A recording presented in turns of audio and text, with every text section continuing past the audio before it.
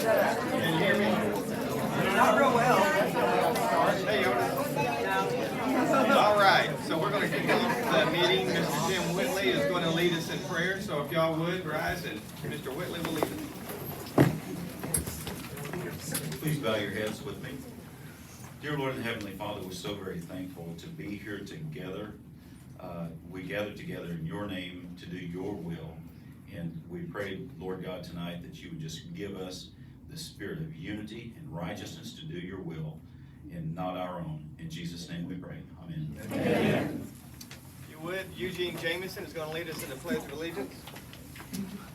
All right, y'all please join me. Pledge. I pledge allegiance to the flag of the United States of America and to the republic for which it stands, one nation, under God, indivisible, with liberty and justice for all. Thank you. All right, we're going to proceed with roll call. If you are proxying for someone, please state your name when you are their proxy.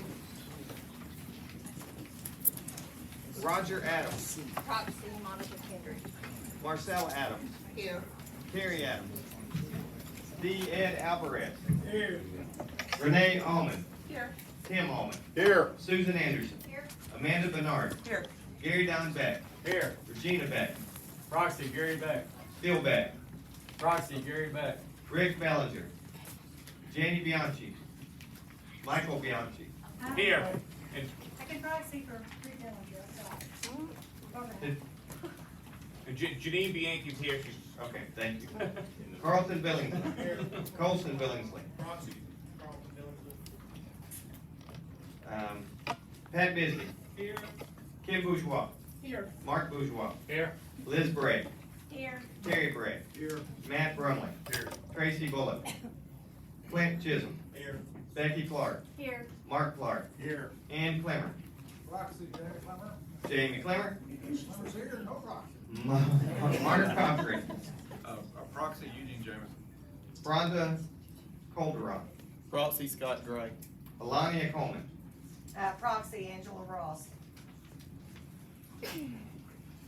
Pam Collar. Here. Leona Colson. Ken Covington. Proxy Jane Darren. Rhonda Covington. Proxy Jane Darren. And let me double check. Was Leona here? Candy Cox. Here. Chris Cox. Here. Frank Curtis. Here. Terry Daly. Here. Cynthia Davis. Larry Davis. Andrew Decker. Here. Brad Dow. Here. Lydia Dow. Here. Linda Doggett. Here. Mike Duke. Here. Stephanie Duke. Here. CJ Engel. Brian English. Here. Shannon Everett.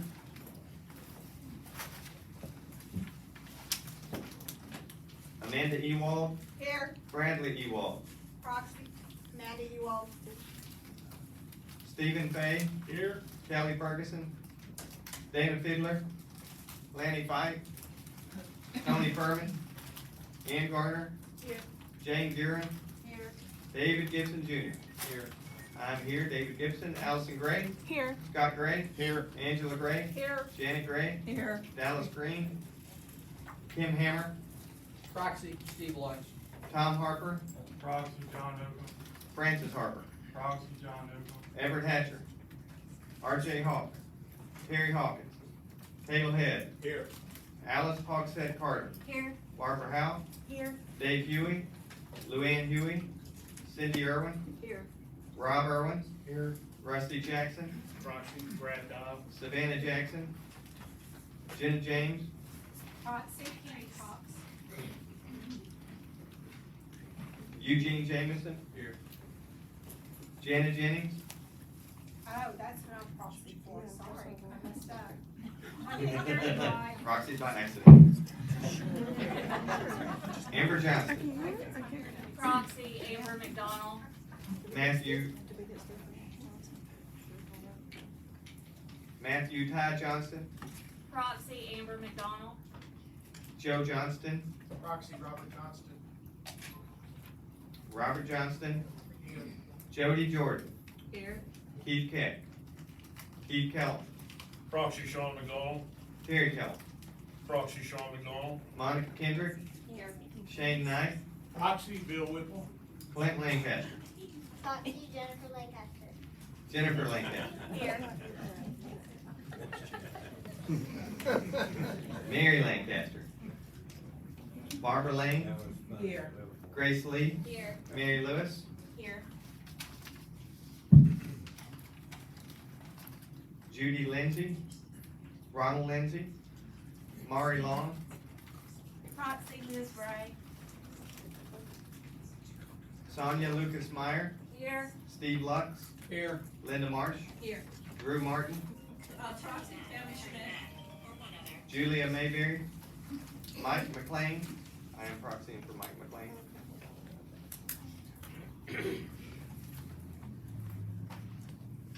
Dave McCollum, Here. Sean McDonald, Here. Amber McDonald, Here. Kelly McElhaney, Here. Gabrielle Mills, Here. Richard Mills, Here. Jan Morris, Here. Jeff Morris, Here. Elaine Murray, John Newcomb, Here. Julia Norris, Here.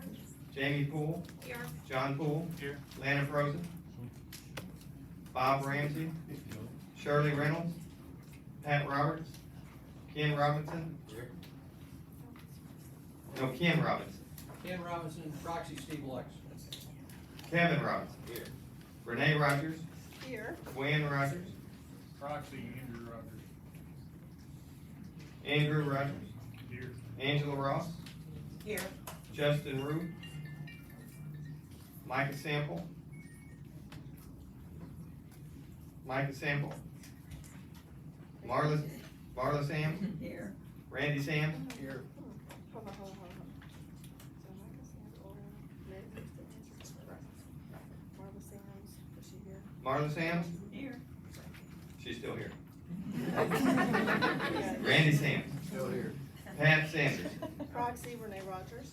Tammy Smith, Here. James Schultz, Proxy Susan Schultz. Susan Schultz, Here.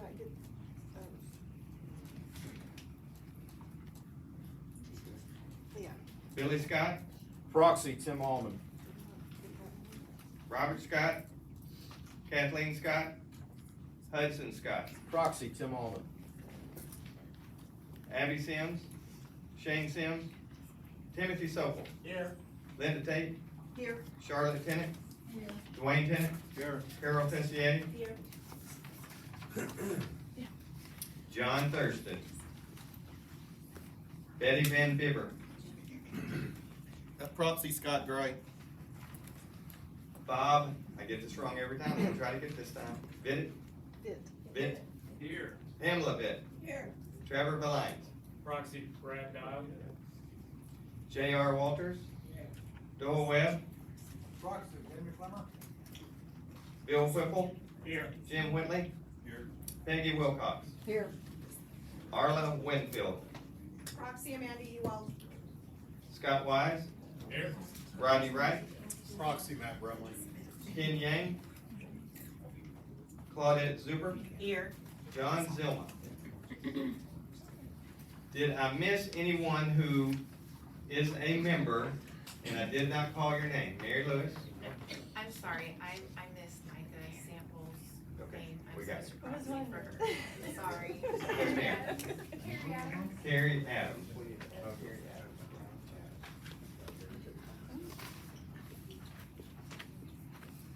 This is the third one down. Okay. Third one called. Anyone else? Yes, ma'am. Miss me.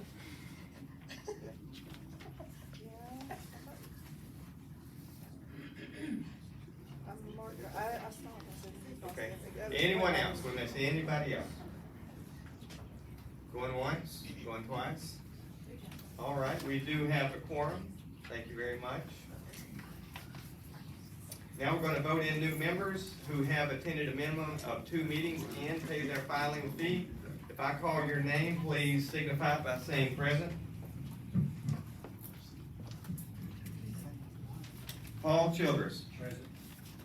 Sydney Colson. Jennifer Donner. Jennifer Donner? Present. Okay, sorry. Randy Grable. Present. Damon Helton. Stephanie Hopkins. Raymond Hughes, Raymond Hughes here. Richard Meyer, Present. Otis Parsons, Present. Robin Parsons, Present. Jeannie Sample. All right, we have read the names of the new applicants. They have attended 2 meetings and paid their filing fee. Is there a motion to accept these new members? I make a motion. Motion by Gary Dunn, second by Second. Caleb Head. Second. Any discussion? All those in favor say aye. Aye. Any opposed? Well, let's give them a welcome.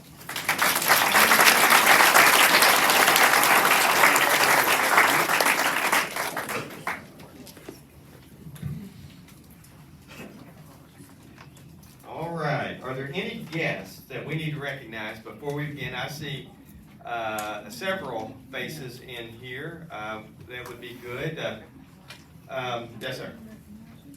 Mark Brandon, I serve with Jennifer from Congressional District, so I just wanted to pop in and say hi and see what was going on. Thank you, thank you. Chris Walton. Chris, who do you have with you? Gary Robertson, Gary Robertson. who works at the prosecutor's office with me. Okay, awesome. Who else is here? Yes, ma'am. We have guests Carl and Mary Ann Siebert. Carl and Mary Ann, what was the last name? Siebert. Siebert, welcome. Good to have you here. Kim Gibson, my wife, is here. She keeps me in line. Thank you for coming. Yes, right. Harold Skelton from Morgan. Well, anyone else? Well, welcome. We're glad you're here. Thank you very much for being a part. I think you will see we have an awesome group of committee members doing great things. I did send out the previous meeting minutes. I did make it a change to that and sent that out as well. Is there a motion to approve the previous meeting minutes? Move that we approve the revised minutes. Yes, sir. Is there a second? Who made the motion? David. Is there a second? Second. All those in favor, say aye. Aye. Any opposed? Motion carries. All right, treasurer's report. Tom is out, and so I will give his treasurer's report. We had a beginning balance in the operating account of $6,657.38. We did pay various things. We received rent. We are waiting on rent from Dustin. After paying utility bills and all the other expenditures, our ending balance is $4,135.39. That does include a payment of approximately $2,800 to the plumber. In the political account, that total did not change, $32,544.74. And the TARS account stayed the same as well, $433.04. We will report in just a moment on the building, but we did do a little work as well upstairs. Thank you very much to Renee and her husband. They repaired the air conditioner we're enjoying today. Is there a motion to accept the treasurer's report? Yes. Motion by Angela? Motion by Angela? Yes, second by Barbara. Is there any discussion? All those in favor of the treasurer's report, please say aye. Aye. Any opposed? Motion carries. Thank you. All right, well, we're going to turn it over to Public Relations, Mr. Scott Gray.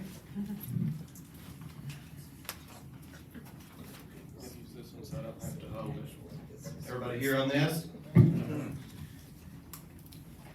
So I think our marketing effort speaks for itself. And I don't need to go into too many details on that. Tonight I'd like to present a new program. As you all know, at the last meeting, we agreed to purchase and have since done so some school supplies for the public schoolers, which are much needed, and it's a good community outreach effort. As Republicans, we support school choice. It's in our platform on page 10. If you don't have one of these books, suggest you get one. We have them available. Are they in the back? They're up here. And oh, by the way, before I get into that, t-shirts, books, Carrie Lake books, t-shirts, we'd appreciate that. We're very close to breaking even on the t-shirts. So everything going forward will be profit to the committee. So anyway, on the platform book, page 10 says that parents should have the right to direct the education of their own children as they see fit. And LEARNS is a positive step in the right direction, but it will be years before most families see any benefit from that. Once they do become eligible, they'll have to jump through a number of hoops, and they'll still have to comply with yet to be written rules.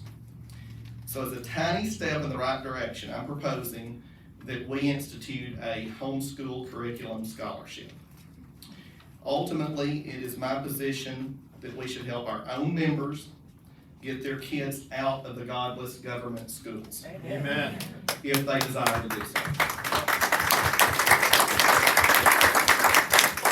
So I built a page for this morning on the website, which Allison's going to show you. It's SaleneRepublicans.com/homeschool. And you can apply for it there. It has all the very simple rules, details, a very simple form to fill out, and the executive committee will make the decision. I think we put in 2 weeks from tonight to get those in. So it's $300 for now. It's a one-time scholarship. We hope to come back and extend that in the future and maybe do additional ones as we start ramping up our fundraising, and Julia's going to talk about that in a minute. So my motion is that we approve this program for this year, and if this is successful, then we'll come back and ramp it up more. All right, so there's a motion on the floor for homeschool curriculum scholarship. What is the total on that, Scott? It's $300. $300. There's a motion by Scott. Is there a second? Second by Renee. Any discussion on this? Where would the funds come from? The funds would come from the Saline County Republican Committee account. Political account or general? It's, And to be honest, and I think Steve, where's Steve at? I think it's one and the same, so either way, it would come. we're reporting all of it Right. to the state. We're reporting it like it's all one account. So we've been splitting hairs over it, and it really doesn't matter. I mean, we're reporting it on the ethics filings anyway. That's right. Is it just, We have a question up here. Are we gonna limit the number of scholarships we give out? This is for one. We hope to do more, but let's see if we get interest in it. So this is for one. Is that for one child? Yes. One child, one family? kind of Yes, thing? one child, one year? family. And the parent has to be a member of this committee. We're trying to help our own people as opposed to some random person that may or may not share our worldview. okay, good idea. Are there specific rules as to how you spend the $300? No, because we trust our own people. Well, it does say curriculum. Yes, it's for curriculum. Yeah. But we're not, it's not for field trips or for, and it doesn't apply for K-12 and ARVA and all that government stuff. It's strictly for curriculum. And that's all detailed on the website. I know that I just built it, but you can go on your phone or whatever and look at it. And it's up here if anybody wants to come up here and Allison can scroll it. Any additional questions? All right, seeing none, we'll move to a vote. All of those in favor of approving the motion for homeschool curriculum $300 scholarship, say aye. Aye. Any opposed? No. One nay. Who was that? Thank you very much. Motion passes. I do want to emphasize on our website, announcements for filing for office will be allowed on our social media website, whether it's Facebook or on our website. This is not an endorsement, so if you're announcing, let's say that Barbara's announcing, Barbara, send your information to Scott, we will get it posted and publicized. But understand, in the primaries, we cannot endorse a specific candidate over another candidate. So I do want to be very direct. I think we've got an awesome website. And if they click the election 2024 link, on the website. The ones that have already sent it to me are there, and just give me a day if you send it in. Awesome. So please understand, when you see that, that is communication out to our county and anyone who is looking at our website or webpage. Buildings report, Scott Wise. We had, of course, we had Renee's husband come out and look at the air conditioner. It needed like 4 pounds of Freon put in one of the units. Got that, got the AC running, fixed one of the toilets in the rental, and so far no other plumbing issues has come up. So I'm hoping it stays that way. That's right. Thank you. That leads us to events report. Julia Norris, would you like to give us an update? Yeah. Just explain what you're doing. So, with the Lincoln Dinner, we're still getting bids and things from the different people that we are, the venues and caterers. So hopefully we'll get that all put together and able to present in the next little bit. So, but we've got something new and exciting today. We're gonna try something tonight and see how that works for like some light, soft fundraising to help offset the costs of the operations. And we're gonna have like a miniature auction tonight. We've got some things that have been donated.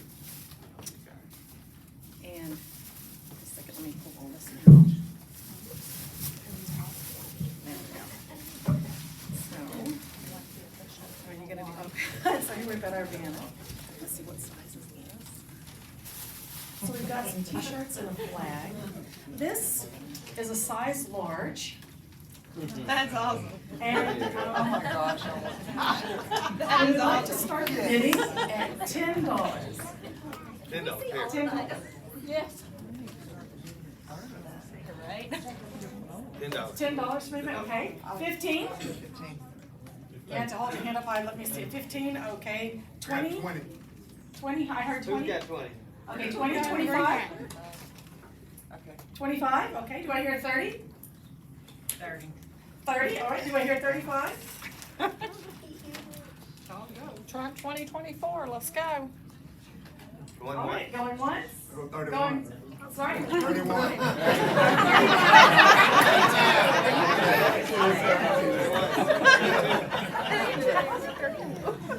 31, going once?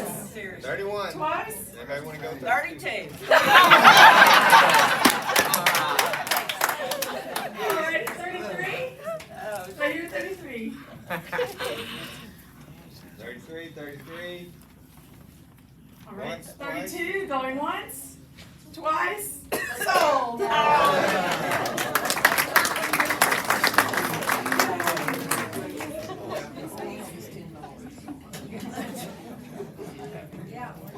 So, the winner can see the front desk here, Dave, and to pay at the end. Claudette, $400. Cover the money now. And we have another size large. Okay. It says MAGA Ultra. MAGA Ultra. It is not a Bud Light shirt. I heard somebody say that. All right, we'll start the bidding at $10 for this. 20. 20. 20. Do I hear 25? 25?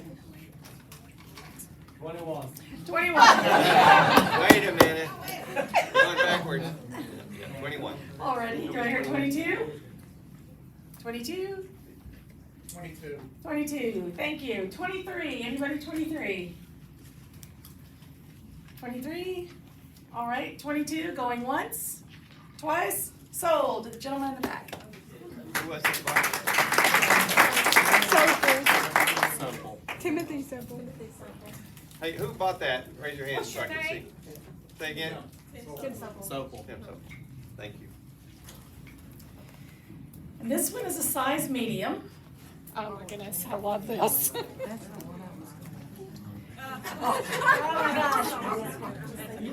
We'll start at $10 again. Let me see. Show David. Kenny, show David.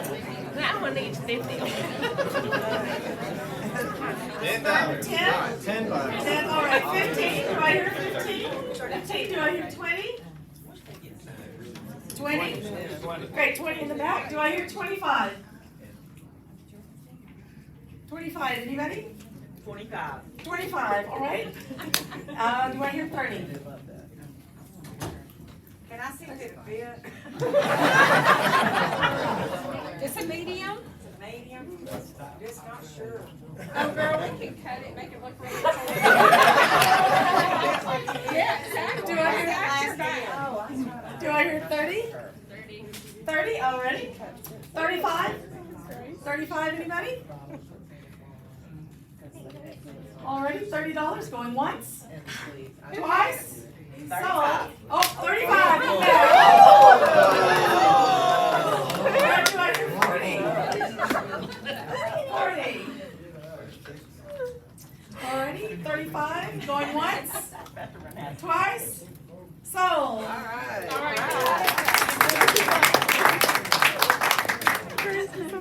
got your back, sister.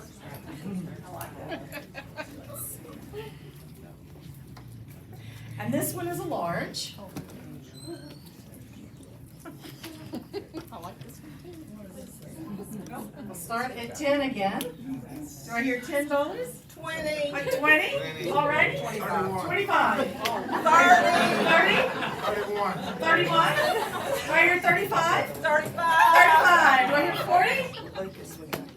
40, anybody? Alrighty, 35, going once? Twice? 35, sold. And here's our last one for the evening. It's a Trump flag. Awesome. Trump 24. And we'll start this at $10. Do I hear 10? 10, 15. 31. 31. Do I hear 35? There's always guys. 35? 50. 50? Okay, 55? 55, anybody? Okay, 50, going once? Twice? Sold. All right. Thank you so much. Okay. So be it. Yes. Here's for the flag. Not yet, we're working that all out. You said January? Yeah, it'll be sometime in January. Thank you. All right, thank you. Well, if that wasn't entertaining, I don't know what is. All right, thank you very much. I do want to remind everyone, this coming Saturday at 8:30 a.m., we will set up at the Ralph Bunch Community Center. They are having a picnic. This committee did purchase several school items. If you haven't been to the Ralph Bunch community, it is a great event. I'll be there. I'm not going to set up a table, but I am going to go and just engage with people there. You all are welcome to go. If you want a table, I can certainly bring one there for you. But it's a good opportunity to engage with the Ralph Bunch community. And again, it's this Saturday, and it begins at 8:30 and ends at 1. David? Yes, sir. May I say something? Yes, sir. All right. Hi there, I'm Richard Mills. This is a pretty good segue, I think. We just passed a scholarship, motion, which is great. Homeschool is wonderful. But a lot of people aren't going to be homeschooling, so I encourage everybody in this room to get involved with your local schools. Okay, show your teachers, the administrations that not only are we watching them, but we are wanting to help them.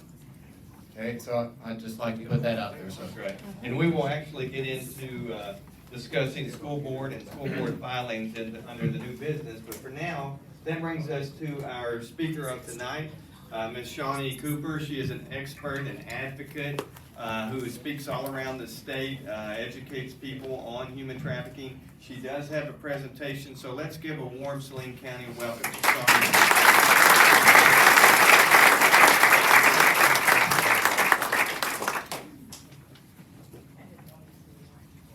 Thank y'all for having me. I appreciate it. Can we get the first? I am. Oh, okay, sorry.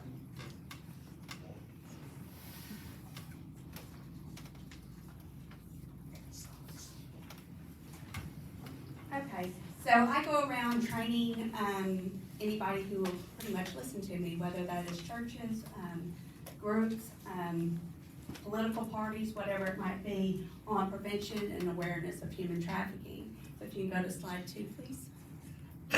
So we're gonna talk about it globally, and then we're gonna talk about it nationally, and then we're gonna bring it down to our own state. But globally, it's a $150 billion industry.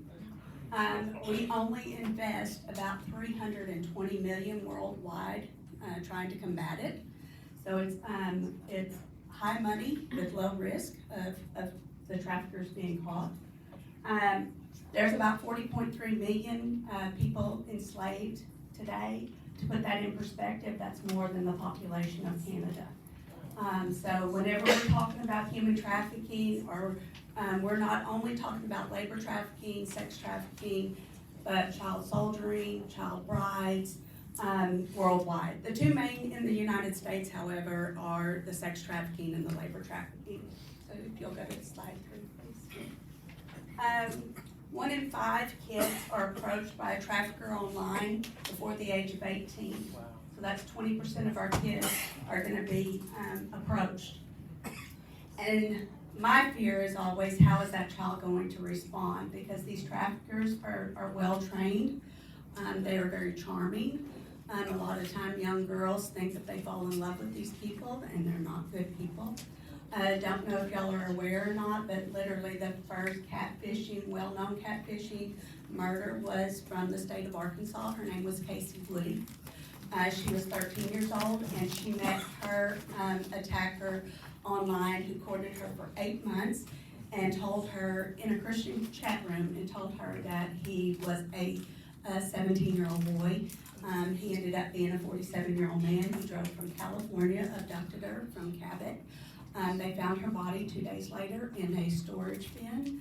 I spoke to quite a few clubs around, and one of them, one of the men in the audience was actually one of the FBI agents that worked the case. And so he came up to me afterwards and was talking about how much mentally it harmed so many police officers having to find that. Whenever I say 1 in 5 kids, whenever you look at some statistic, 1.6 million kids run away from home each year in the United States. 1 in 3 of those kids will be approached by their trafficker within 2 to 3 days of being homeless. So the traffickers are looking for vulnerable individuals, is what they're doing. I'm not saying that they don't get snatched off the street at times, they do, but the main way that they get their victims is through online trafficking, and normally they know their trafficker. They have a relationship with them. It could be a mother, it could be a significant other that they think they're going to marry. It could be somebody they work for. They think they're going for this great new job. So normally they know their abductors. Every 30 seconds, a child is sold for sexual purposes in the United States. That is not a very long time frame.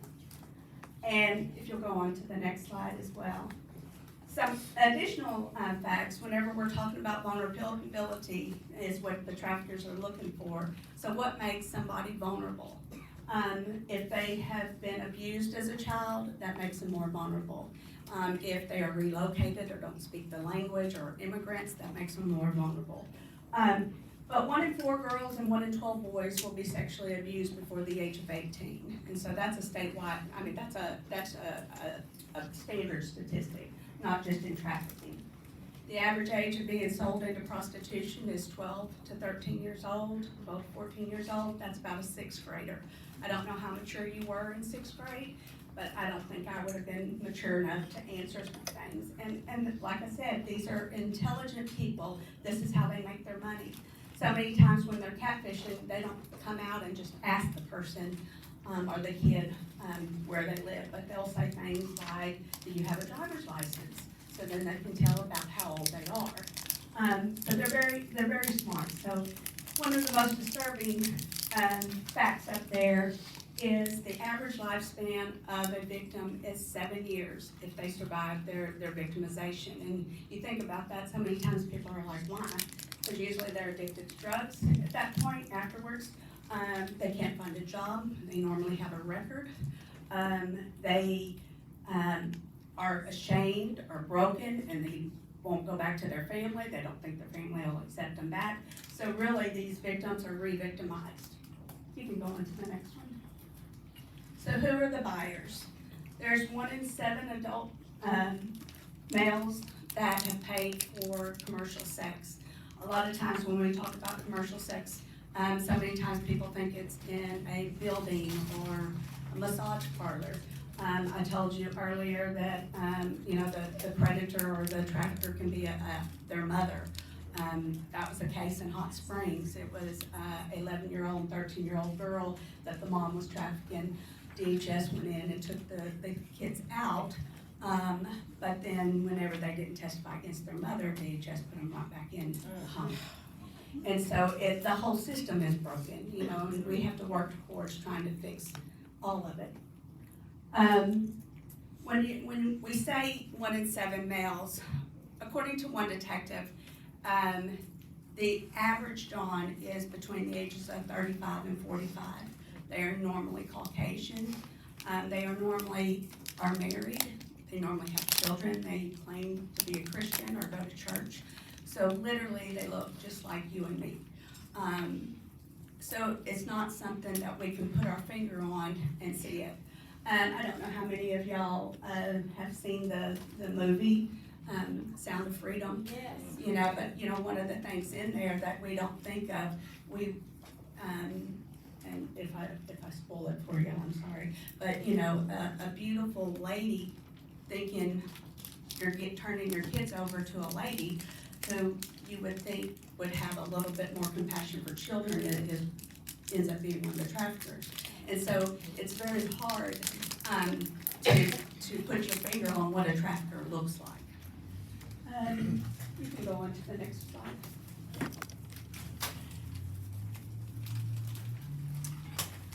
One of the misconceptions is that it doesn't happen in the United States. The United States is one of the worst countries.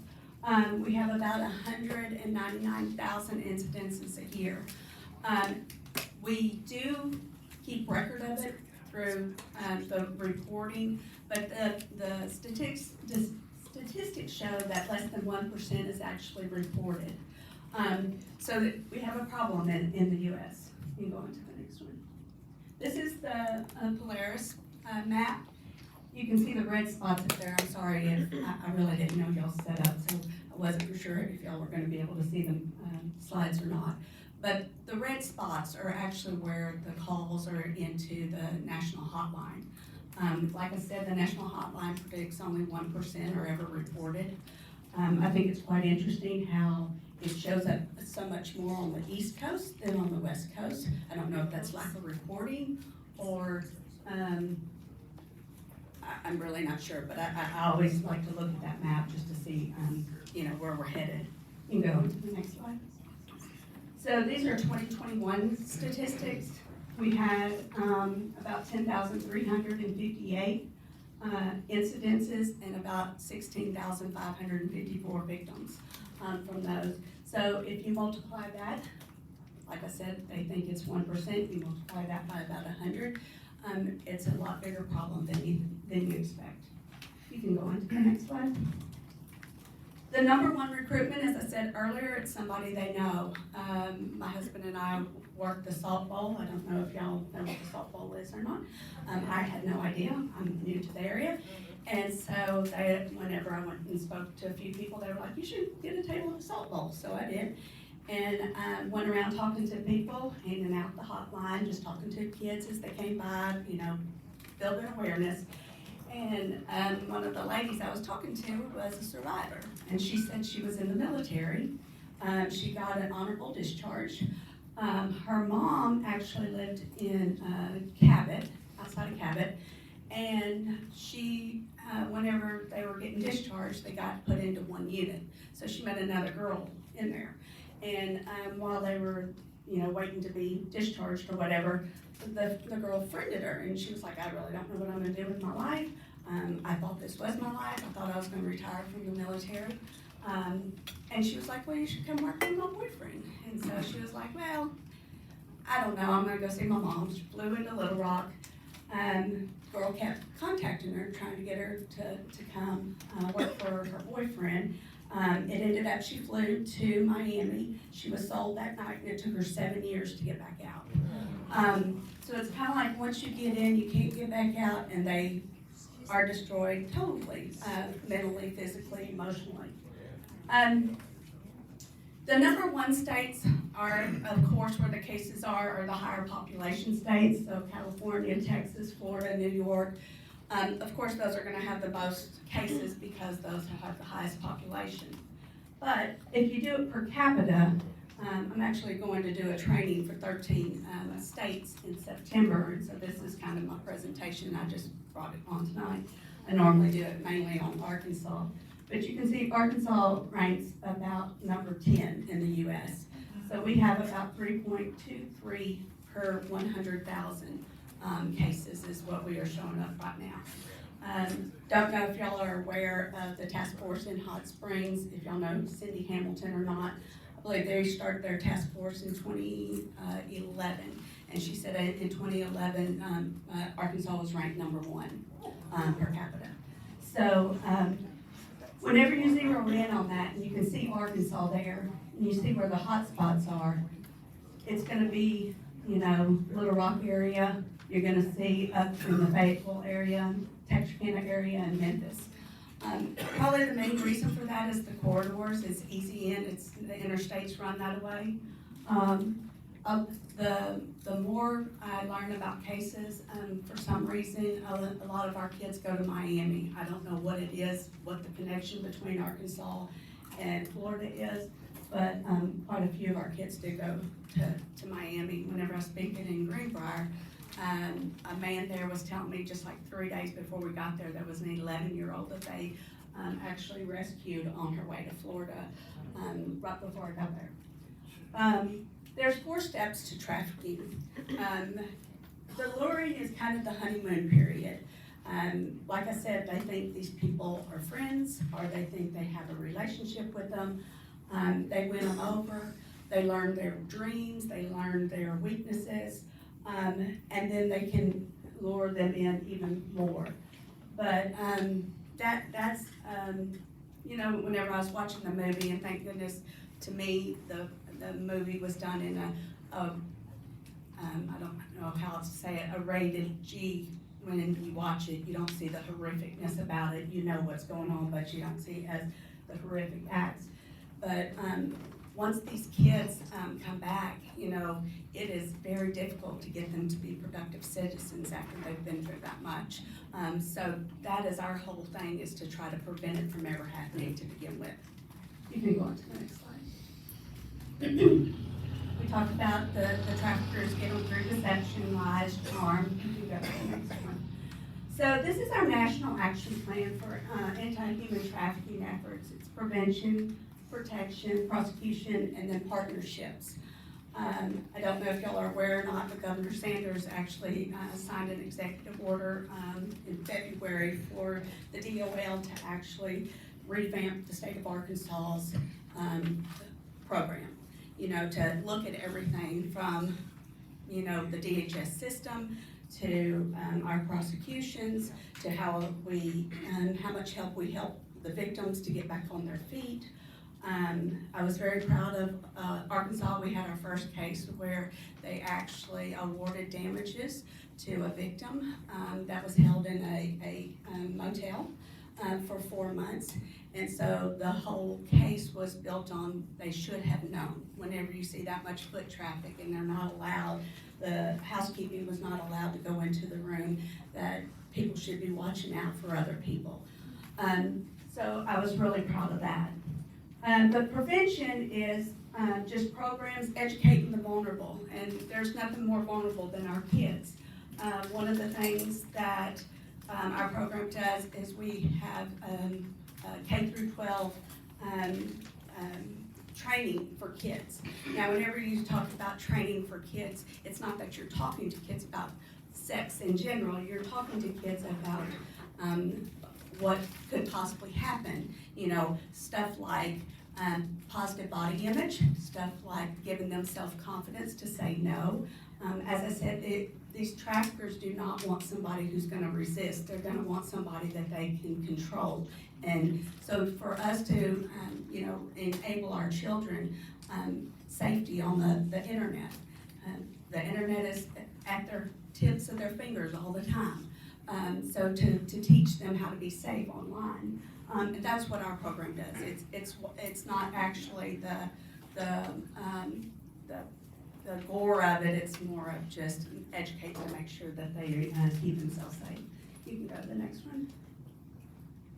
Prosecution, you know, holding the individuals and the entities, less than 1% of traffickers are ever caught, and less than 0.1% of that number are they ever prosecuted. Once before, I told y'all it's a $150 billion industry, and you have little or no risk of ever having anything done to you. So it's sad, but that's what you have to do is follow the money. You can go on to the next. Partnerships, we have a lot of great partners in the state of Arkansas. I don't know if y'all are aware of PATH, Partners Against Trafficking Humans. She does a fabulous job of running that organization. Another one that takes care of our kids is the Cooper Anthony Mercy Child Advocacy Center. They see close to 1,000 kids every year and help those kids to get back to a functioning child. You can go on to the next one. Signs of grooming that you can look for in children. All of a sudden they have money, or all of a sudden they could be a straight A student and now they're flunking out. A change in behavior, and whenever you know you're talking about teenagers, a lot of times those swings are often. But you know, knowing your child and what's going on and keeping an open mind and making sure you're watching for those signs. You can go to the next one. Some indicators. You know, has the child stopped attending school? Not one of these means that they're actually being trafficked, but you know what the indicators are so that you can know what to watch for. You can go to the next one. One of our programs is, you know, ask the right questions, keep an open mind, and make sure you're not passing judgment. So many of these kids get into situations and they don't know how to get back out of them. So, you know, making sure you know where your kids are, what they're doing, who they're hanging out with, what time you expect them to be back, but keeping all that in mind. Another one of our trainings is the 3 to Succeed. Make sure that your child has at least 3 trusted adults in their life, and make sure one of them is outside the household, because as I told you before, a lot of times the trafficking is by a family member and it could be inside the household. So, you know, making sure kids have 3 trusted adults, and whoever that might be. I raised 2 daughters, and I always told them, if you feel uncomfortable coming and telling me something, you go tell Becky. Becky was a good friend of mine. She was an APN. I knew she would make the right decisions for my girls, just like I would be making them. So, you know, making sure your kids know who to trust and who they can go talk to. You can go to the next one. Uh-oh. Okay, let's try this again.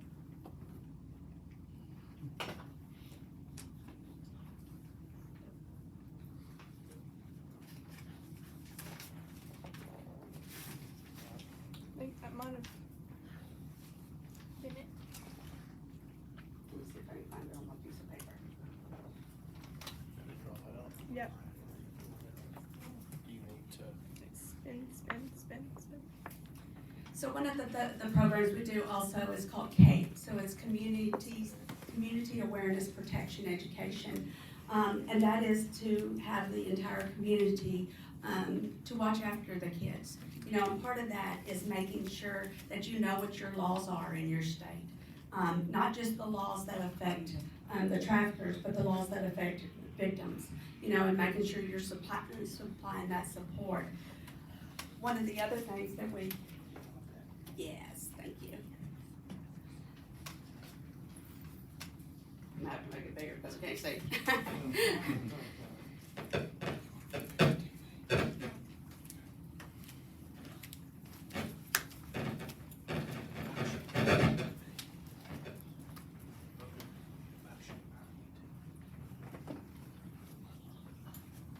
Good.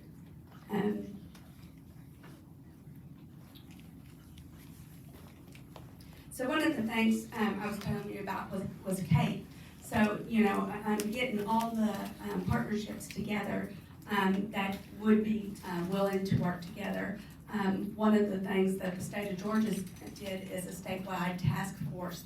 They included everybody in that task force that had any type of connection to help prevent it and to educate people. So not just the police and the FBI, but the educators and the survivors.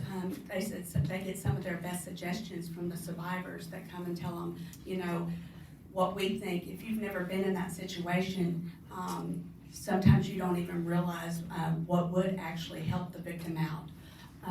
One of the things that a community member did was he owned a couple of McDonald's, and so he literally took the McDonald piece of tray paper, and he ended up putting the national hotline on it. There was one little girl in a community, she had a lemonade stand, but just taking those small actions to care for somebody else. She had a lemonade stand and made like $1,500. And she, donated it to a local shelter. We can help out in many different ways in this. So many times people are like, I want to do something, I just don't know what to do. And before we can care about something, we have to be knowledgeable about something. So the best thing you can do is get educated on it, and there's so much information out there. But get educated on it to what to watch for. And then once you are educated on something, you can care about something. And once you care about something, you need to act on it. Part of it is increasing our caring circle. I'm a mother and I'm a grandmother of 12 beautiful children. My grandkids are 1 through 12. And I can't imagine anything happening like that to them, but I also have nieces and nephews, and I have people in our church's kids, and so I care about a lot of kids, not just my kids, but we all need to be watching out for all the kids. Let's see what's up on there. Doing little things. Sometimes I go and work at the PATH store. They have a restore. You could go and volunteer at the PATH store. You can donate stuff to the PATH store, so that way that they are able to resell and the money goes to victims and getting them help. So there's a lot of things that we can do. One of the things that last January I held a summit or a seminar on human trafficking. I had a number of different speakers. Tim Griffin is actually holding a summit in October 16th and 17th, I believe.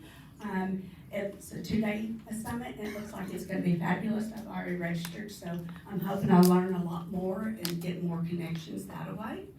You can go into the next one. You can go on down. So my whole thing is, not one person is going to be able to solve this problem. It's going to take all of us. And each little act all those little acts going together makes a movement. And that's what I want us to move towards. I want our entire community to move towards making a movement that we're not going to stand for. We're not doing it anymore. We're not going to allow our children to be taken advantage of. So that is my whole reason of doing it. I hope that y'all would, if y'all are interested, that y'all would contact me. If y'all could put the hotline in your phone. If you see something, say something. There's so many different ways that you can help. And it doesn't have to be something big. But if we all do one thing, if we all make a difference in one person's life, imagine how great that would be. Even if it's something small, but everybody can do a little of something. The national hotline is up there. It's 888-3737-888. You can put that in your phone. Tell 3 people about what you heard tonight. If it's something you're interested in joining, let me know. And is there any questions? Would you repeat the hotline again? 888-3737-888. Why is there no more Amber alerts? I mean, I haven't had an Amber alert in Maybe one in a year. I've had some come through on my phone. Yeah, I've had some just about a week or two ago. I don't know it, I don't really know how they are set up on the phones, but is it per, I don't really know how they set those up, to be real honest, but I have gotten a few. Yes, sir. I believe you mentioned the average age, but then you told us about military discharge. What's the age range of victims? And what is DOL that you mentioned? What is DOL? Oh, Department of Labor is the DOL.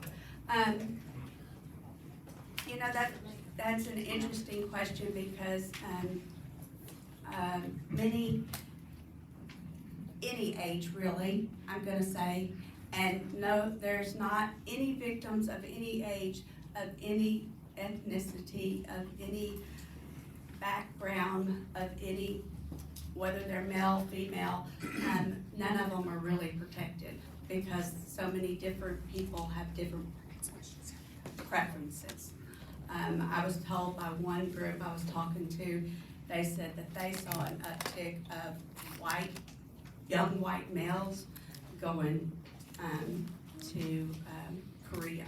So it all depends. Could you tell them what the connection between Dave McClary, the founder of this, and a guy named Mike Huckabee? I can. So Dave McClary is actually the co-founder, and he was actually Mike Huckabee's campaign manager when he ran for president. So that, of Georgia, when he was in Georgia. Yep. Hi. I'm wondering if anyone is actively working on putting together a training, if you will, that can be shown to children to make them aware. Yes. So we have training K through 12, and it's age appropriate. So yes. So it's in all the schools? It is not in all the schools.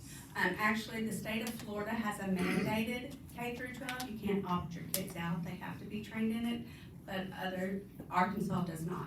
It does not. So is there any training in Arkansas at all at this? I do know they train the teachers to what to look for, that the teachers have but they're not training the children on how to protect themselves. Is anyone working to advance that? I do know that all of that is being looked at. I mean, I feel like that's what Governor Sanders is working towards, really wanting to get a statewide task force to move towards helping get that implemented. To be real honest, there's not really a state that is very strong in this topic. I think it is a hard topic and people usually don't want to talk about it. And so, but in general, every state in the United States and most countries need to improve greatly in this. You mentioned that there's a store or some place that you can donate items that can be sold so the money can be used. Where is it? It's Blue Sparrow. It's in Conway? Maumelle or Conway? It might be Maumelle or, is it Maumelle? Yeah, you can Google it, Blue Sparrow. The Blue Sparrow.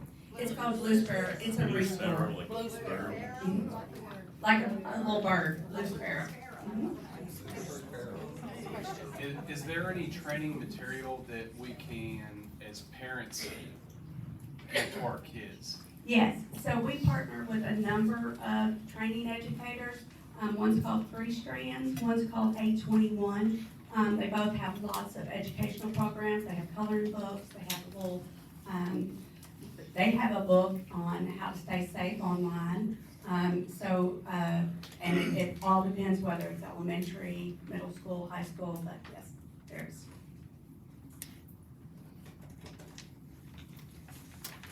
Okay, thank you.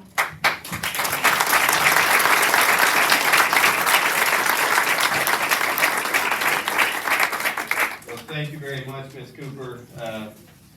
We have a strong group of Christians, conservatives who are committed. How many of us in here today know that children are under attack? And thank God y'all are here, because you're stepping up when a lot of, and you're right, Ms. Cooper, it's not something that people want to discuss, right? But it is something we need to discuss. So that brings us to the next order of business. It is Lane County Republican Women's Report. Ms. Jennifer Lancaster. Sorry about that. Thank you. Okay, so we just, I'm so sorry about this mess over here. I will clean it up. So we just finished Constitution Camp last week. I think many of us are still recovering. And I just cannot thank you guys enough for showing up and helping out. It was an amazing year. And that is due in large part to our incredible volunteers. You guys were there from early in the morning until after everybody left. Angela Gray, Allison Gray, the Grays. You guys are just amazing. And so we had about 130 kids, and they learned, just about all of them learned the preamble, song to the Bill of Rights. They learned that our rights come from God, and the Constitution is a restraint on the government. It was a great week. You can see a lot of our pictures online. We have a private group because, well, you know, we have some fans out there. So we're just trying to keep our kiddos extra safe by having a private group. But we welcome any of you guys who want to join and want to see what we're doing. Just let me know and I'll add you to the group. Like I said, it was a great year. We had 3 mascots, I think. Lots of dancing, lots of happiness. One parent, as they were walking out, they said that they heard another child speaking to their parent. He goes, "Oh, this was the greatest day of my life."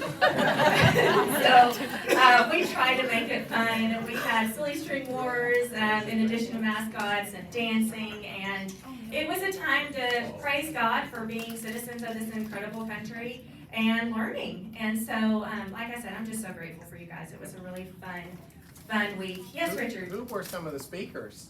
Oh, yeah, okay, so we started off with the sheriff. Is he here? He was a huge hit because he brought in one of the canines, so, he was Mr. Popularity that day. We had Justice Webb, we had Mike Huckabee, we had Tim Griffin, RJ Hogg, Tony Furman, Steinbuck. Am I forgetting anybody? I'm really tired, you guys, like still really. Lloyd Brunson. Lloyd Brunson, yes.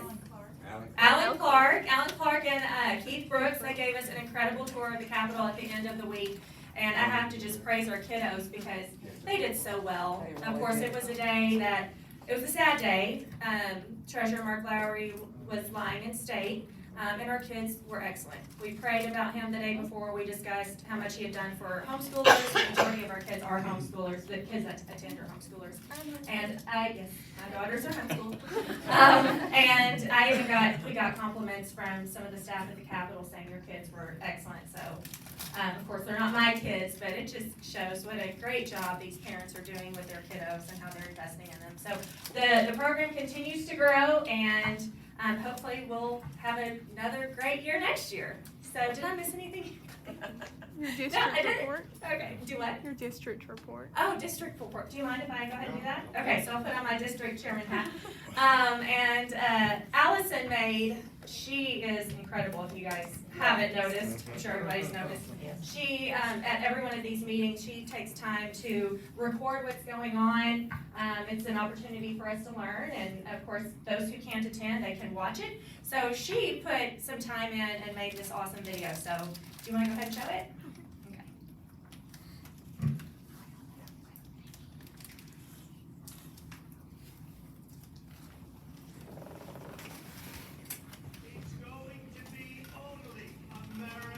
Would y'all hit the light?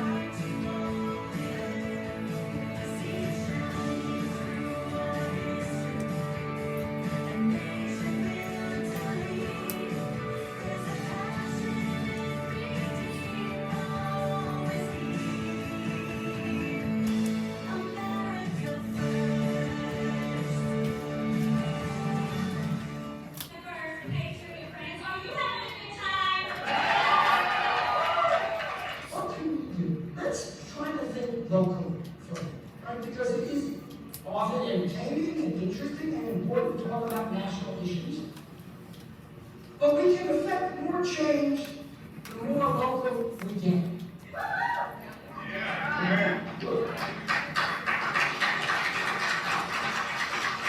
So when I was a little kid, I went to watch a puppet show. Everyone's sitting there watching the puppets, and I couldn't figure out why they were sitting there staring at the puppets because I saw these strings. And I was the one that got up out of my seat and went up to the stage, and I wanted to look up to see who was pulling the strings. That was what I was interested in. I had more fun watching the puppeteers than the puppets. And that's kind of what I feel like now. So how did we get here? Well, they think you're stupid.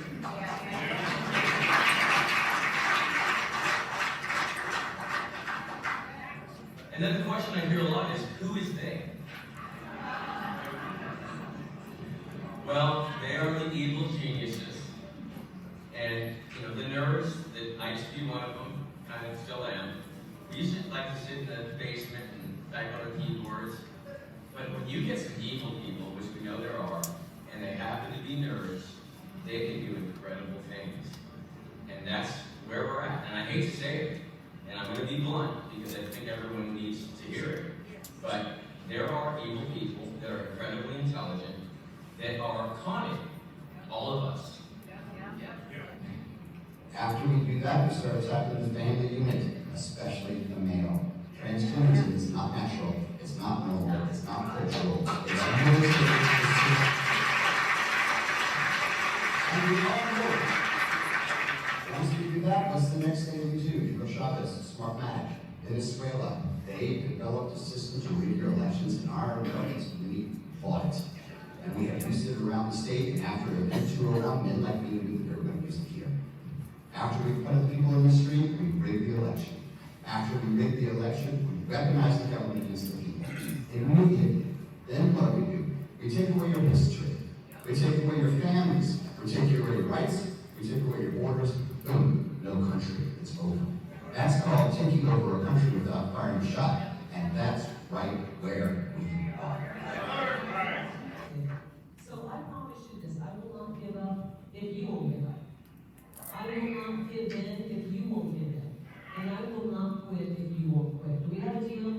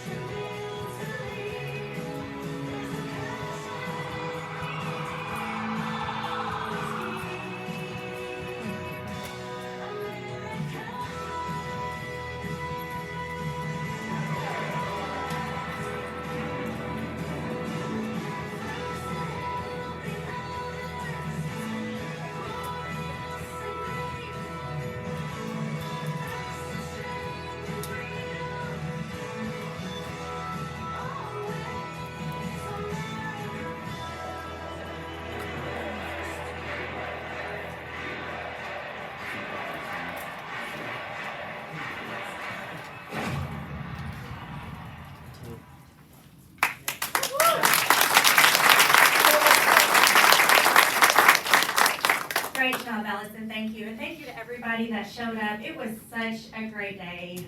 I hope you guys felt energized and motivated and were able to just see that we're not alone in the spiritual war that we're in, that there are so many other conservatives that are willing to get the fight and do the hard work. And so while we're growing here in Sling County, we're growing throughout the state. And it was just an exciting day. So thank you all for coming and attending. And I want to point out a couple of people, and please forgive me if I missed some folks. Randy Sams, you were there. There were some people, oh my goodness, I'm sorry, dropped in your name, but Mary also, Sean, thank you, Sean. And so many people that showed up the day before to help us set up. And that was huge. Carol, I think you were there, or you were Constitution Camp. You guys, she was amazing. She was our volunteer coordinator. And we had 64 volunteers. Some were over 60. So again, thank you guys, really, it was amazing. And she helped coordinate everybody, so I'm really grateful for her. And Mary, of course, you were amazing and helping get all the snacks for all the kids, because you know there would be mutiny if we did not have snacks. So she helped us keep the peace. But just all the people who showed up to help us set up for both Constitution Camp and the district meeting, you guys are incredible, and I'm so grateful. I know I'm forgetting something, but I'll stop now because I've talked enough. Oh, our next meeting, it's Tuesday, and we're going to talk about the Constitution. So we're going to do a deep dive, no dancing, I promise. We're going to do a deep dive into the Constitution, our God-given rights, and what the Constitution means in a free society. Thank you, Jennifer. What a great event, though, it was at the district meeting. You could feel the energy. You could feel the passion of the people there. If you hadn't attended before, I would urge you to do so. Next order of business is the Young Republicans report. Everything's good. Everything's good. Thank you very much. Recognizing elected officials. Elected officials, let's start over here. Any new business? If you got anything new, please don't hesitate to let us know. Billingsley, Pat? Chris Walton, I don't know if y'all know Chris Walton. Chris, raise your hand. Chris is our prosecuting attorney. Awesome man, great heart, strong Christian man. I appreciate you and the work that you do. Anyone? Yes, Clint. I know most of you have probably read the Cougar this past week where the judge rescinded the law over the library, protecting the library. I don't know what all that means, but I just know this: I'm not quitting, I'm not stopping. What they're trying to do to our kids is wrong. Yes. Amen. You know, to me, they don't have any business telling me or us what's good for our kids to read. Right. You know, for the life of me, I don't understand that. And if you read the article, it talks about First Amendment rights. You know, we're talking about censorship of children here. We're not talking about walking on anybody's rights. That's right. You know, and why do we have censorship for children? To protect the children. That's what it's for. Right. You know, and these people that are so open with this, and well, I've started to mention the judge, but I'm not going to do that. But you know what? It's just wrong. It's just wrong. Thank you. Thank you. Tim Whitley, any comments, Tim? And I would just like to thank you all for your prayers. And a lot of you have texted me or emailed me, and of course I get FOIA'd about every 30 seconds. But, just want to thank you for your prayers. This is a spiritual battle. And I also want to thank everyone on the quorum court that is has supported the resolution and now supports the ordinance. And we're moving forward in the right direction. It's a battle. There's no doubt about it. But it's without battles, there's no victories. And we're going to do the right thing in this situation, and it is about protecting kids. And I have been asked, that actually by people that surprised me. I've been told, well, you need to be better parents. If these books are in the library, you just need to be better parents. Well, I went to the library quite a bit whenever I was a kid, but my parents were working very hard, paying taxes, and to support this nation. And I was going with either teachers, school, or neighbors. And I'm just thankful that none of this was in the library back then. And we just, we don't, like I said, we're not against anybody. We're for the children. And we just want to make our county library a safe place for kids to go, whether they're accompanied by their parents or whether they're not. But I want to thank you again for your support.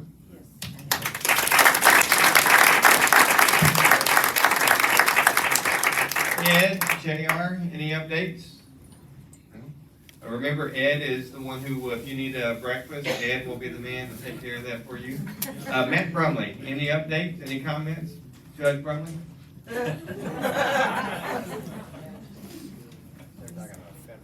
I'm gonna try to keep it short, like me. Good news, last Sunday, there was advertisement that went out, and if you are an engineer or run in the circles of engineers, we're advertising that Saline County will have the oldest bridge in the state in its original place. That advertisement for bids went out last Sunday. The second one will go out on the 13th, and it will let, I believe, on the 24th of August. So we're excited about that happening. There are committee meetings this Monday. Just so you know, there is a early public meeting open to the public at 5:30 in which MetroPlan is going to come in and give information, education, refreshers on grants that are available for our area, what they have to do to compete, and then 6:30 is when the committee meetings begin. The third Monday is a quorum court meeting, and there is scheduled the third reading of an ordinance to amend 78. If you have questions or have people asking you the question, does a temporary injunction on 372 delay a third reading of an ordinance? The answer is no. I see a couple of Lancasters I'm booked in with, and so they're going to be able to help a whole lot more with legal jargon, but there is a typographical error in the whereas. The number was added where it shouldn't have been. I anticipate that there will be a lot of people showing up for a gotcha moment. We will, that part of the ordinance is not even codified. It gives background. It's not below the therefore, but we are going to make it right. And so if you hear of anybody saying, boy, wait until we show up, let them do it. We'll have that one number taken out. I want to say this, not as maybe it is as a county judge update. I'm proud. I think there's about 3,500 counties in the contiguous United States. I think there's about 19,501 incorporated cities in the contiguous United States. And in 14 days, there's going to be an event that takes place in this city, in this county, that I believe is worth making much of. It's called Amplify. It's free. And all day long, all night long, and leading up to and following, we are going to make much of the only answer we need, and that's Jesus. If you're able to communicate that in any way to anybody, tell them, I'll buy your ticket. It's free. You don't have to tell them that. But people like Chris Tomlin, Casting Crowns, Ring Collective, Lecrae, all these, it's the largest free Christian event in the country, and it takes place in Benton, Arkansas. Yes. If you haven't given to it, and when I say given, I mean of your time, sharing the news with somebody else in a week's time, starting on I think it's the 14th, there's going to be a lot of volunteers out there building a very large, big, heavy stage. And if you can drop off water, they'll love you. If you can drop off Gatorade, they'll love you even more. This is paid for by people that want it, people that hear the good news of the gospel. Amen. Last thing, in 2013, we were introduced to Louise Allison. Louise Allison is the CEO of PATH, People Against Trafficking Humans. And for the last 10 years, we have been able to partner with Louise and her friends at PATH. If you have a pen, get it out, because I'm going to give you a number. You're right. We have to work together with this. what you're doing, what Louise was trafficked at a young age, and she told her story, her testimony in front of a whole lot of people for the first time on amplified stage. Path is Christ-centered because Louise is a Jesus follower, and her life has been redeemed, and what was tragedy has been turned into victory through her testimony. Their number is 501-301-HELP. They offer education for medical personnel, for teachers, for children, for county government. You tell them what you need, they will send a crew with food to come teach you. There will be a cost to it. But come on, how great of a cost can it really be? So that's all the updates I have. I didn't keep it very short. Sorry about that. No, you're good. Thank you. Thank you. That was all. Yes, ma'am. My name is Barbara Howell. I've been on the Quorum Court, Saline County Quorum Court for 19 years. I just kind of got into it accidentally, but these are the principles that I live by and work by. The power of faith in God and Almighty and one's right to personal prayer and collective worship. The sanctity of life, individual responsibility and initiative, individual freedom and liberty secured by limited government. Y'all catching on to this now? Private property, lower taxes produce economic growth, strong national defense, the personal right to own and bear arms, equal and just enforcement of the law, separate and independent branches of government. That is the principles of the Republican Party of Arkansas. I've lived and worked by that for 19 years. 20 years ago, I went to my first Lincoln Day dinner. It was held at La Quinta out at where it's not at the outlet mall, it's across the street there. It used to be at La Quinta there. And when Paul Rockefeller was there that night, we all got to take our picture with him. We all got an 8x10 picture. And that was the first night I'd been to any Lincoln Day dinner or anything like that. The next year, they threw it in my lap and said, "You plan it." We didn't have anything around, any events around here. So I had to plan it, and I planned it all by myself at the Bauxite Community Center. We had food, we had auction, we had political people talking, individuals talking. That's a little history of me. I'm running for re-election this next year. I'll be filing in November and re-election in March in the primary. And I just wanted to ask y'all if you'd like to go. I appreciate you going to my re-elect Barbara Howell Justice for the Peach page and follow it, whether you vote for me or not, whether you can or not. But that's a little history of what I've been in this committee for 20 years. So I have donated my time. I remember seeing Stephanie and Ken Cassidy. They were only dating at the time. I was working a table out at the fairgrounds for the Saline County Republican Party at that time. Did it for quite a few years. So if you say, "Have you ever done anything for this party?" Hell yes, I've done something for this party. A lot. Over the last 20 years, I have. Blood, sweat, and tears. So, and I've been on the Quorum Court for 19 years, and I plan on winning and doing it again. So, if y'all like to speak to me or call me, my number is 501-681-7577. And let's keep pushing on because we are a godly community and godly people. Thank you.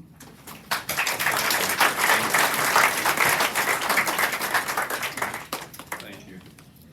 Did I miss any elected officials? Did I miss anyone? If I did, please raise your hand.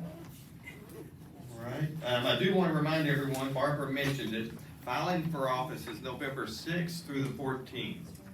We will be set up here, noon to noon. So just put that on your calendar if you're planning on running. The other thing I did want to mention is November public school board filing dates. I have several flyers up here. If you want to get involved, Bauxite, Benton, and Harmony Grove have school boards coming up in November. But candidate filings begin at noon on the 9th of this month and end on the 16th. So if you're planning on getting involved in the school board, running for a school board position. And I was talking to a friend who is a pastor, and he summed it up like this. These people are running or raising your kids. If you don't like what's going on in public schools, get involved. And it can't be any more direct than that. How many of you know that our public school system needs a complete overhaul? Yeah. And it needs to begin with people who have a foundation in Jesus Christ. And so, get involved. The dates again, if you're interested in filing for a Bauxite, Benton, or Harmony Grove school board, August 9th, and it ends on August 16th. I've got the information. Please, Stephanie mentioned this. Stephanie, where you at? Stephanie's right on target. We have got to get conservative Christians involved in the school board. Amen. Now that rolls us into, I do want to introduce Paul Childers. Paul, where are you at?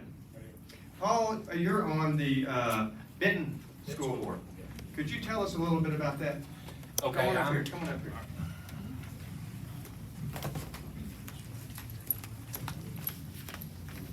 I am currently the president of the Benton School Board, and when David, that good? Okay. David had asked me to kind of talk to y'all a little bit about what school boards do. You know, everybody, our kids and grandkids are the most important thing in the world to us. Everybody in here will agree with that. School board is so important, and a lot of people don't know what school board members actually do. You don't get paid, there's no filing fee to run. All you gotta have is 20 signatures from people inside that district. And at Benton, we have one position open, and it's a downtown position. So anybody lives in downtown and you're interested in running for the board, there is a position open that will be filing date is coming up in August. So, but school boards, we're responsible for everything in the school. We don't run the day-to-day operations. We approve the budgets. We keep your kids safe. We keep the staff safe. I can tell you a story about the In God We Trust signs. We were sitting at a meeting one day, and Clint Lancaster rolls in the door, and I thought, what's he doing? You know, I didn't know what he was up to. Some members of y'all were actually here. Well, we had an administrative team that refused to put them up in the school. Refused. A lot of y'all worked on that. They were just not gonna put it up. We didn't know. Well, when Clint got through with us, the signs went up pretty quick after that. Because we didn't know. I mean, we didn't know it was an issue.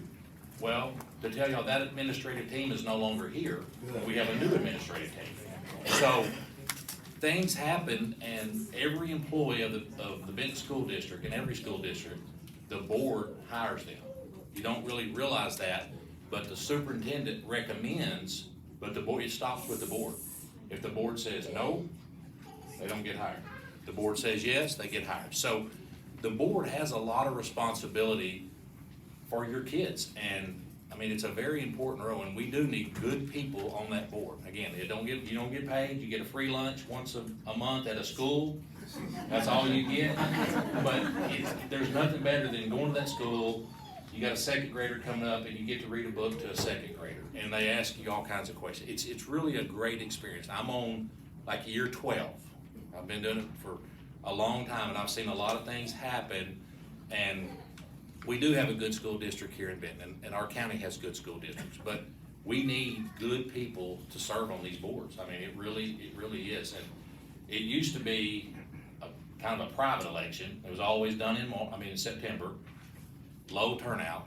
Well, the legislators changed that. Now it's on presidential primaries. It's either, well, not presidential, but it's either in November or March, and ours is in November. So to say that, we did get that changed where it's more voter turnout, and it allows more people to vote and be involved. So anyway, when David asked me, I just wanted to tell y'all how important school board is, and I mean, it's really an important role, and there's 7 of us on Benton School Board, and it's a 5-year term. It's a long term. But you get to give out diplomas, and there's just a lot of good things you get to do. So we really need good people serving at the school board. So anything I can just tell you about, I'd be more than glad to. What kind of qualifications? Really and truly, absolutely none. You have to live in, and that's why we need good people. You actually have to live in that district. and be a registered voter. But other than that, there's really no qualifications, there's no guidelines. You just sign up, get your 20 signatures and file and run. So, yeah, it's really pretty easy to run, but it's a very rewarding thing. Our board, we have a good board at Benton right now, but, I mean, we do a lot. I mean, there's a lot that goes on, you know, involving in the school. And luckily here at Benton, we're building 2 new schools with no tax increase. We have done really well saving money, protecting, you know, y'all's taxpayers, your personal property taxes. We've saved that, been very careful, and we're building 2 new schools with no millage increase. So, you know, we're lucky to do that here, so that's a good thing. I'm just wondering, what is the hourly, monthly, weekly commitment, time commitment? Well, on the board? if you wanna run, I'm gonna tell you it's once a month, but I'm gonna lie to you. It ends up being, I think in July, we met 5 times. And used to, pre-construction, we would meet once a month during the summer, and it would be milk and bread contracts. Now, we meet like 5 times a month, because personnel is so important, and people are changing jobs, and we're doing a lot of hiring, plus the construction at the 114 exit has kept us busy. We're having to approve bids and do things like that. So yes, truthfully, I would say about 2 to 3 times a month is when we meet. And we have to do, everything has to be after 5:30, because the public's gotta be able to come attend and get their input. So yes, it's about 3 times. We do expulsion hearings. The administrative team can suspend a kid for 10 days, but they cannot expel them past 10 days. The board's the only body that can do that. So we have expulsion hearings. If somebody does something bad, it has to come to us. Yes, sir. You may have heard that we have a community library issue. Yes, sir. Has the school board inquired upon the public school libraries about certain materials being available to the minors? Sexually explicit material. As far as I'm involved, I have not interacted with the public library. We have. No, the school. The school, yeah. I have personally made our superintendent, I've got her 3 times, and she has personally checked our schools, our libraries. She reports back to me that she has checked them, and they fit the guidelines. So I have not personally done that, no. You should probably have her check again, the middle school's got 5 of them. Okay, if I can get a list of the books, I heard there's like a list of books, I'll be more than glad to say, these are the actual books that are a concern, and she, yeah, I'd ask somebody, if I can get that. I'm gonna debate you. Okay. There is no list of the books. Okay. The books are coming in by the truckload. Yeah. They're coming in every week to these libraries, and if we give you a list, I mean, there are lists on our website that we provided you already of some of the easier ones that we found that are so egregious. But every time an elected asks for a list of books, I know that they're not paying attention, because if they were, they would know that these books are coming in by the truckload. And if we give you a list and say, this is the list, you know what those left-wing librarians are gonna do? They're gonna say, oh, we're good. We take this list, we move these books, then we go get a few hundred more that aren't on the list. So we cannot do that. We can't live by the list. Well, as far as that goes, I don't get to go in the library and check. That's not my role. You can, as a citizen. I don't know if, I'd have to look and see if we can in a school library, not a public library, in a school library. Every one of us can. Can in the school library? You absolutely can. We have people doing it all over the state. Okay, all right. What would be a way to be able to go in, because I understand security, we've got to keep our schools locked down and stuff, but. No, we don't. And, well, I mean, how as a parent, I used to be able to just walk in the door, and now I have to go through a whole process. How can we go into the libraries at the schools ourselves? I mean, what would be the process? How could we do that? You go to the office at whatever school you want to go to, you go through the security, ask the receptionist that you want to. But they won't just let you go walk in, like, who would I go to? You guys You request would go to the permission? central office, Like down which here? is right over here, Okay. and that's where it would. Start there. You would ask your request there, and then they would either I mean, I'm assuming they would contact our school attorney and whatever they told you, they would have advised by that, and they'll tell you yes or no from there. Then I'm assuming if you got told no there, you would come to the board meeting and get on the agenda to discuss it with the board. So that's what I would assume would be the protocol. I've not had anybody ask me to tour the I school. just didn't know, So, no. but I know they're strict on security. You can't just walk through a school. You'd have to have a purpose and be, guided through there. Yeah, okay. And I'll just tell you, I am running for Lanny Fight's state rep position that he is vacating, and just tell you a little bit about me. Been here my whole life. I was a policeman here for 10 years, and was talking about the abduction. I'm actually on the Mercy Hospital Advocacy Board, because when I was a detective, I worked sex crimes, and I would have to interview sex victims as a 30-year-old man, and it was tough on these little children to talk to me. So when Mercy Hospital did this, I got on board. So this Mercy Hospital does a lot of good things. But been here my whole life, was a police officer for 10 years. I've served on the CASA board, Qantas board. I have an insurance agency here in Benton on Military Road, been doing it for 25 years. So I'm gonna be running, I'll file in November. I'll tell you more later in the process, I'll talk about it, but, member of the chamber, this is my second Republican meeting, and I promise y'all this, I know I will represent my district and the people of Saline County as passionately as you people are passionate about what y'all believe in and what you do. I mean, that's my commitment to you, that I'll be as passionate as that as y'all are, so. That's it. All right. There's a question. We have a question. Okay. Not related to any of this, but president of the school board, I'd like to know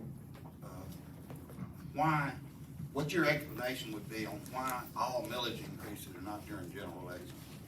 I mean, I know the answer, and you know the answer, we all know the answer, but I'd like you to tell us what you think about it. Well, I mean, it's exactly what you're saying. I mean, it's the truth. Most of the millages, they feel like if it's done in a general election, it will not pass. And that's true. And we have not done one in Benton, I'm gonna say probably in 10 years. I mean, it's been a long time since we've done one. And it passed. The last one Benton did pass. I think Bryan had some that failed, and some other schools have had some that failed. So, saying that. You always get the supporters out, so they know. Yeah, and that's kind of what they used to do on the school board elections. It would be held in September, and a lot of people didn't go vote. So the legislators did change that, so it made more people go vote. But, I mean, you know why it's done that way. I think they tried to change this too. Yeah. On the millage, on the millages, can you tell us off the top of your head how much additional income our school districts have been getting since everyone's property values have gone up so much in the last couple of years? I do not know that. I have not seen it. Is that online? I'm not sure. I mean, that comes, I think we get it from the assessor's office, and I have not seen that number. We're in the budget process now. So if our CFO has got that, and I'm sure he probably has, he'll be presenting it to us to budget going forward with that. I do not know that answer, for sure. All right. That's it. Well, thank you. All right. Thank you very much.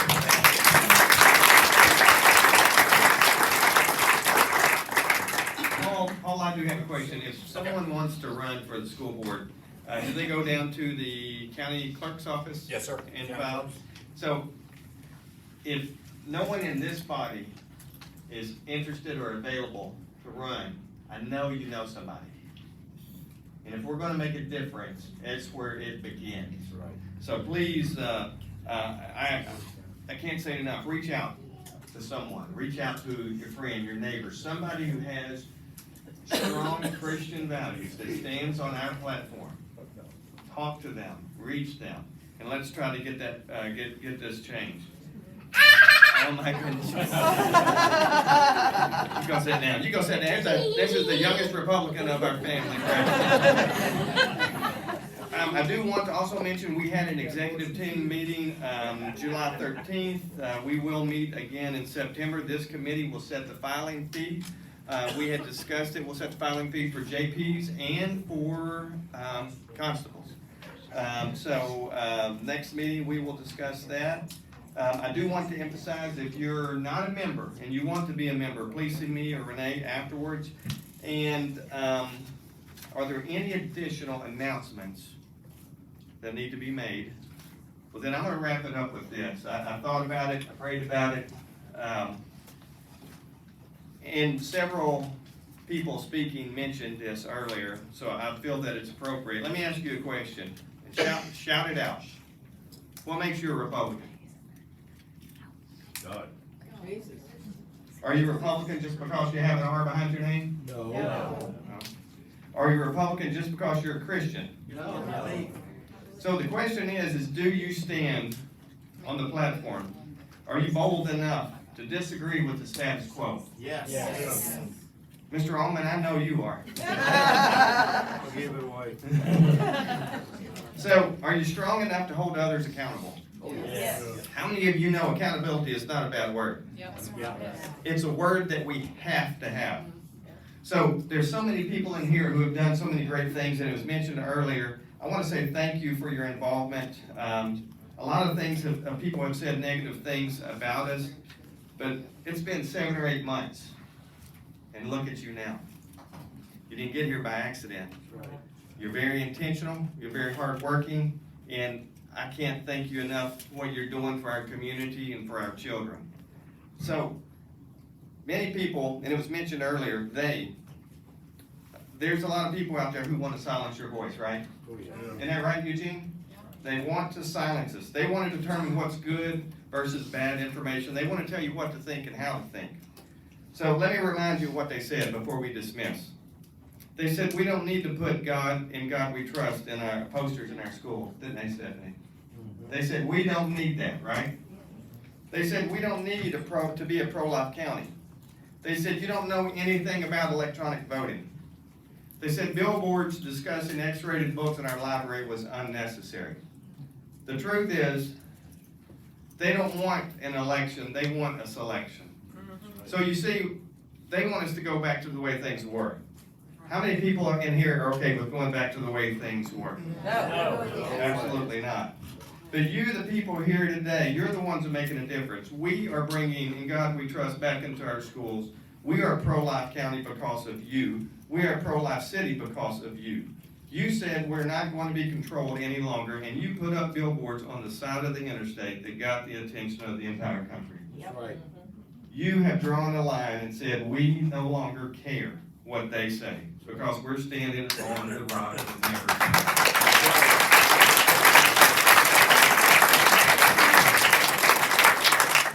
A friend of mine, Wayne Beach, said this: it's time to stop playing defense and start playing offense. Yes. How many of you know how true that is? That's right. We've set back so long. So let me ask you, who are they? Are they Democrats and Republicans? Yes. They absolutely are. Well, I believe we're moving in the right direction. I know there's still people who want to see us fail. So that brings me to the current billboard encouraging pastors to take a stand. How many of you have seen that? Oh, yeah. Yes. That is awesome. But you know what? It's a shame that we have to implore our pastors to do that. You know, our pastors are called to protect the innocence of our children. How many of you know that pastors should be shepherds? Yes. See, this isn't controversial. This is good versus evil. This isn't political. This is good versus evil. We had a speaker tonight on human trafficking, right?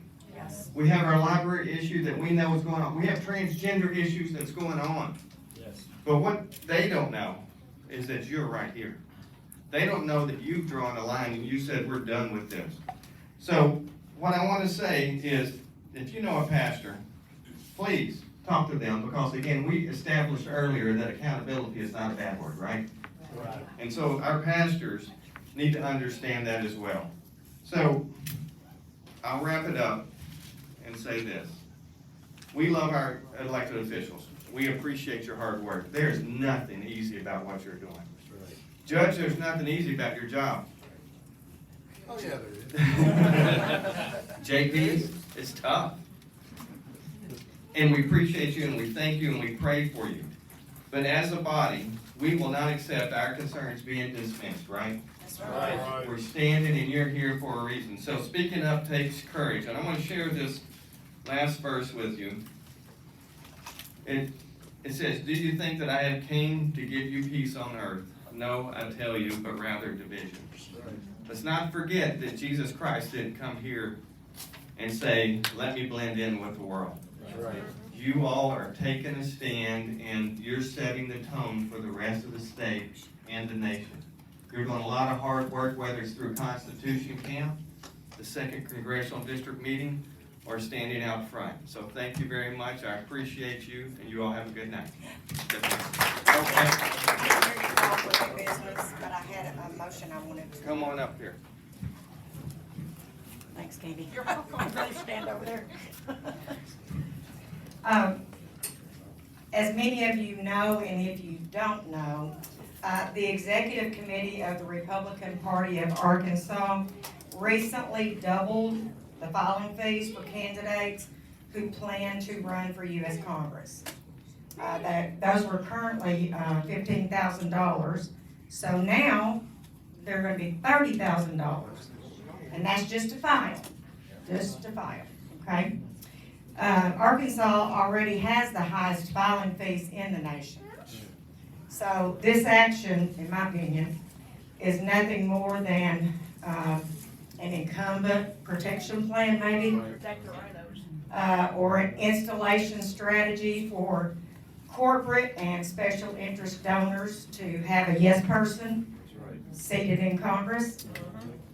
Not only do exorbitant filing fees keep bought and paid for special interest serving incumbents in office, while they will discourage the average common citizens, better known as we the people, who are not controlled by wealthy donors, from being able to run. Therefore, my motion is that the Saline County Republican Committee denounce the Republican Party of Arkansas Executive Committee's action of doubling the filing fees. We further request that they reconsider and at the very least, leave them unchanged. All right. Point of question, did we have a motion like this at our last meeting? It seems very familiar. I don't know, we did at the district meeting. Okay, that may be it. So there's a motion, the Saline County Republican Committee denounced the increase in filing fee. Is there a second? Second. Second, is there any further discussion? May I say one thing? I know everyone's ready to go, but just because I sit on the executive committee, I want to let you guys know that when it was brought up, Sarah Dunklin, who is the 1st Congressional District Chair, she fought it. It was initially moved that we raise all filing fees, and she was real quick to make a motion to table it. I seconded it, and that was defeated, and then there was a subsequent motion to raise the congressional filing fees. So I just want to let you guys know, this is unorthodox, and I've made a lot of people mad by talking about what happened, but I'm going to continue to do it because I believe in transparency, and you guys should know how we're voting. But I just want to let you know that she fought that, and after the meeting, I immediately let Seth know. I asked him to put it back on the agenda, so we'll be discussing it at the next state executive committee meeting because we're going to continue to push back against this.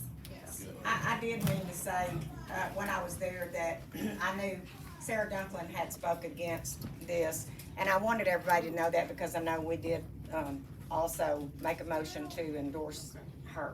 So there's a motion, there's a second. Is there any further discussion? Seeing none? Seeing none? Well, Gary Don, did you have? Call for a vote. Oh, call for a vote. Thank you very much. All those in favor of supporting this motion, say aye. Aye. Any opposed? Motion carries. Thank you. Thank With you. that said, in the famous words of Steve Lux, is there a motion to adjourn? So moved. Please stand up.